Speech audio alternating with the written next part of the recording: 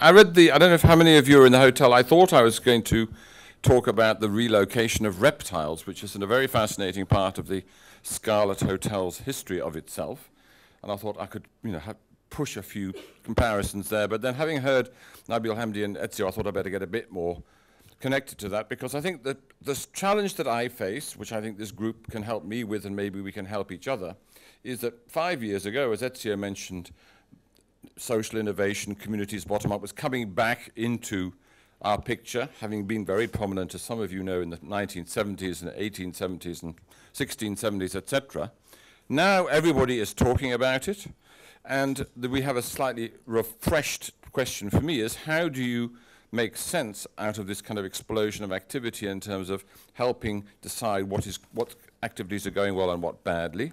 And in particular, this notion of a frame around individual projects. What is the measure by which we judge whether things are going well or badly or in the right direction?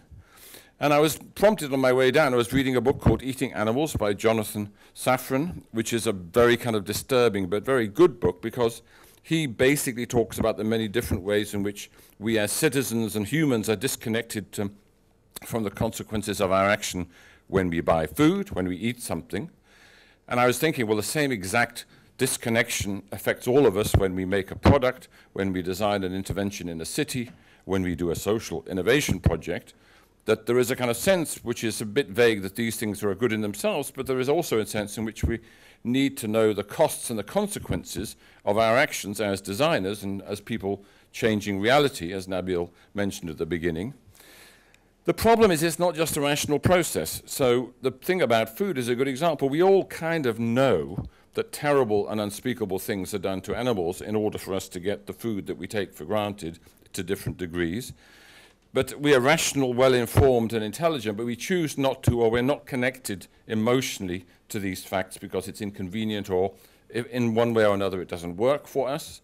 So the question I want to pose to this group is, how do we create this kind of sense of care and meaning about the costs of our actions of designers, which at the moment, frankly, is missing in most cases?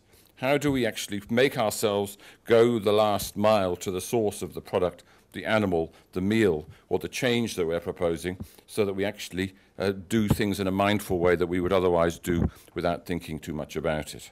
How do we do true cost social design, and how do we get motivated to do it? So those are my 1.5 questions. And look, there's piles of sand left.